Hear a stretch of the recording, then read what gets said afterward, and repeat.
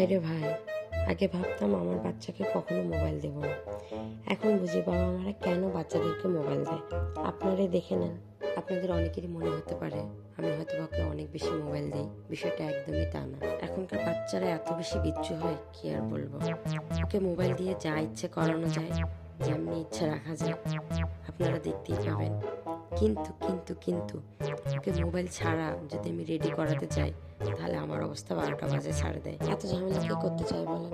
এই জন্য হয়তো আমরা বাবা মারা এখন বেশি বাচ্চাদের মোবাইল দিয়ে থাকি, যেটা একদমই উচিত না।